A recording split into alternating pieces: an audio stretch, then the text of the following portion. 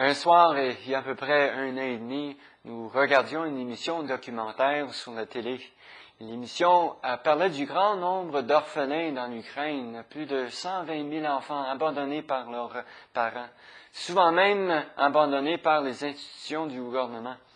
Finalement, dans les grandes villes, des centaines d'enfants vivent dans les rues. Nous avions été tellement touchés par ce documentaire que c'était comme si quelque chose avait déclenché dans nos cœurs et on savait qu'on ne pouvait pas juste l'ignorer et rien faire.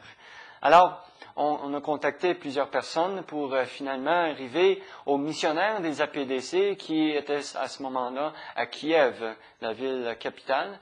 Et il nous a décrit les plus grands besoins de l'Ukraine et comment notre Église pouvait aider une chose après une autre. Et on a fini par, moi et ma femme, on a fait le voyage en Ukraine pour voir les besoins de nous-mêmes. On a visité des églises, des orphelinats et même une école biblique dans une ville qui s'appelle Lviv, dans l'ouest de l'Ukraine. Et on a vu là que peut-être que Dieu nous dirigeait nous-mêmes à rencontrer des besoins qu'on trouvait là. Durant notre visite, on a aussi rencontré un jeune homme. À ce moment-là, il avait à peu près 25 ans.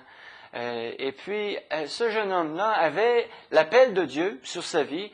Il était impliqué dans son Église et il voulait éventuellement aller à l'école biblique pour s'entraîner au ministère à temps plein. Il faut que vous compreniez que durant l'ère communiste, les églises évangéliques étaient bannies et très souvent persécutées. Le droit à une éducation plus avancée était refusé aux chrétiens. Ils étaient exclus de tout travail à l'exception du travail manuel. Comme vous le savez déjà, en 1991 a vu la fin du règne communiste en Ukraine. Mais les effets de nombreuses années d'oppression a produit une Église généralement mal équipée. En 1991, on estimait que 90% des leaders d'Église n'avaient reçu aucune formation au ministère du tout. Plus de 15 ans plus tard, il y a encore un grand pourcentage de pasteurs qui découragent même une formation au pastorat et l'étude formelle de la Bible. Alors, ce jeune homme de 25 ans, à ce moment-là, était découragé, souvent par son pasteur, par sa famille, et on avait été tellement touchés par son histoire que nous voulions, en revenant au Canada, nous voulions le supporter. À peu près 1 mois après notre retour au Canada, on était juste, on planifiait comment qu'on peut aider ce jeune homme. Et puis, on a su qu'il avait été tué à coups de fusil dans sa maison. Et personne ne sait exactement pourquoi et les raisons et tout ce qui est arrivé. Mais on a perdu l'opportunité de l'aider. Et puis, qu'est-ce qu'on a réalisé à part tout ça? C'est que il y a des centaines d'autres, juste comme lui, qui veulent une formation au ministère, mais qui n'ont pas l'opportunité.